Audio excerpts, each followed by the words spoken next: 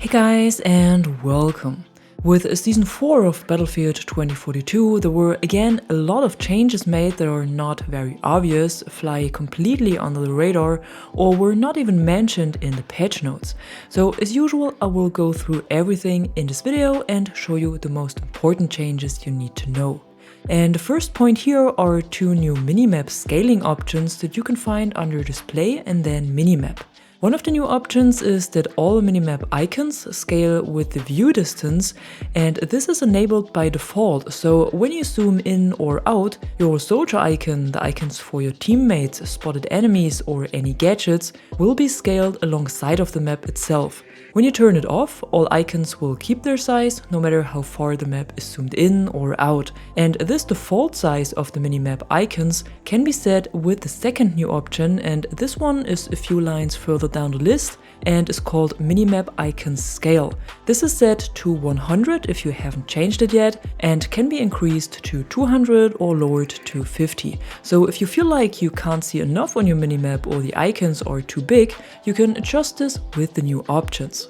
Another change that was made to the map is that you can now also see if spotted enemies are above or below you, because here was a little black arrow added. If the arrow inside of the red dot points towards the bottom of the map, the enemy is somewhere below you. If it points towards the top of the map, they are above you. If the dot doesn't have any arrow at all, the enemy is on the same floor, and I think this is a really nice addition, especially with the amount of verticality in Battlefield 2042.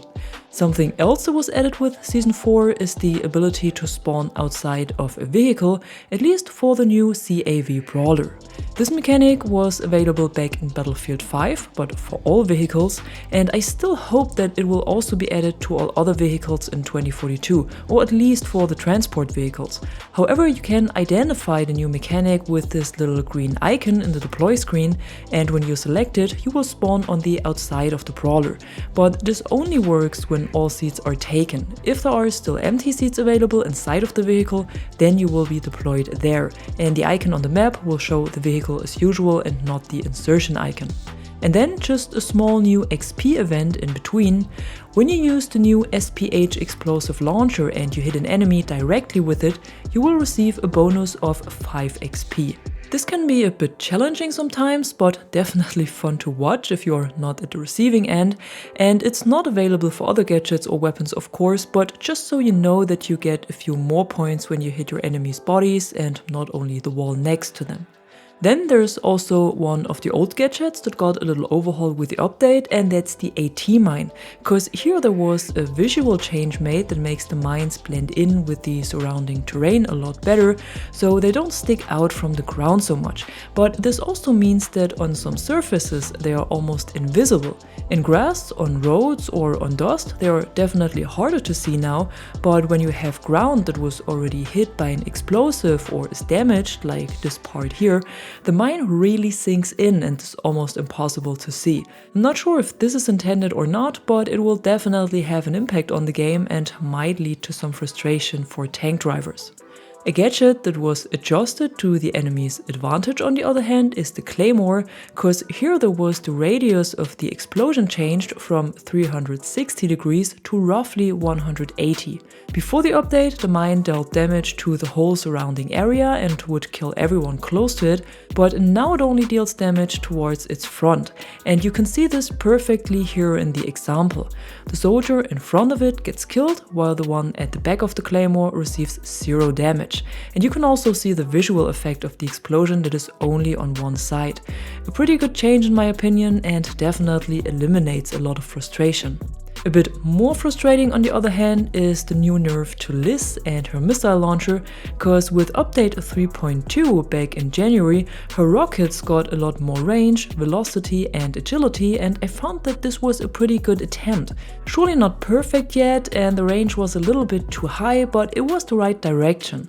Now after update 4.0 she's almost back to her old values, cause the maximum range of the launcher was reduced from 600 to 475 5 meters again, the boost speed was reduced from 150 to 110 and the acceleration from 1.85 to 1.15. And this is only a little bit more than she launched with, but a lot less than after update 3.2.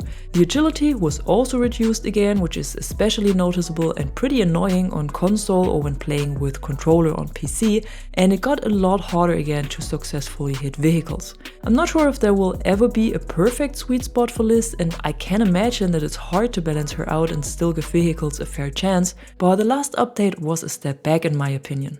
However, a specialist that got a little buff to his gadget with the update is Casper, cause his drone does not only disable gadgets that it disrupts with the EMP blast now, but instead completely destroys them.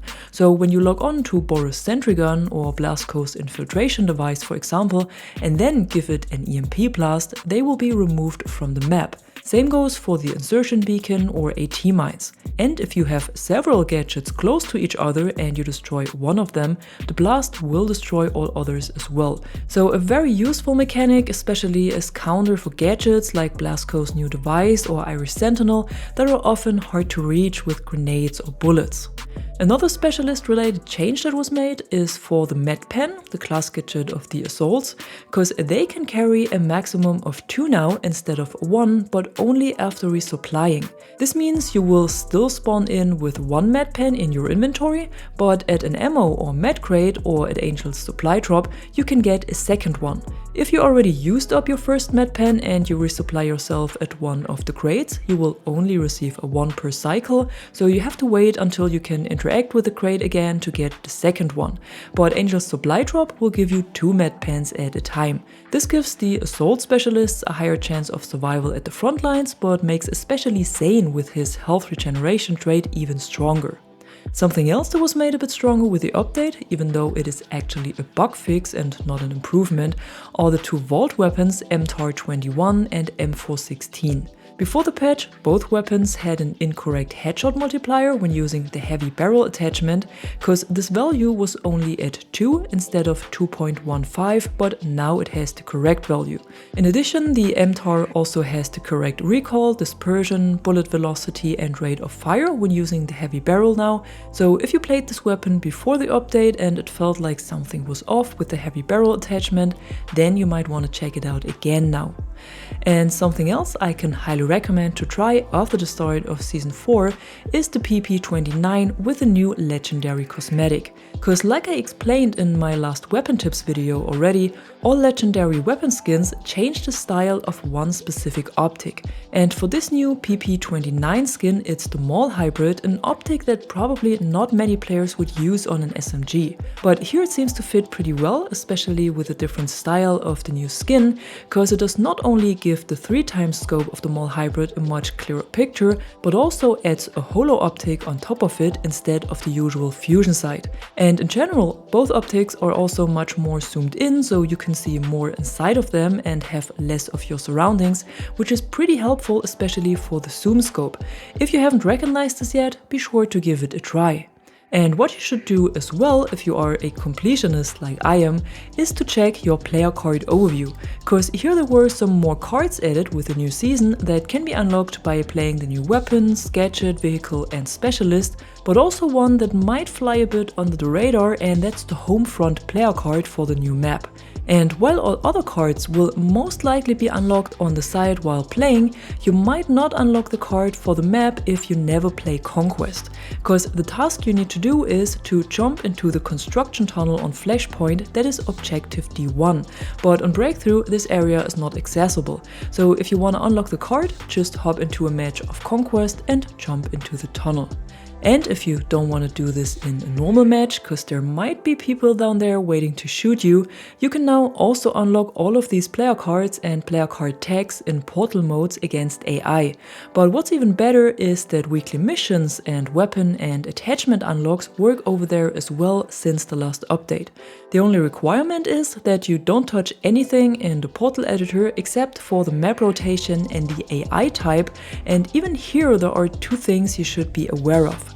One is that for the map rotation you can only use 2042 maps, because otherwise you will play with the soldiers and weapons of the map's era, which means when you use Battle of the Bulge for example, you will play with 1942 soldiers and their gear.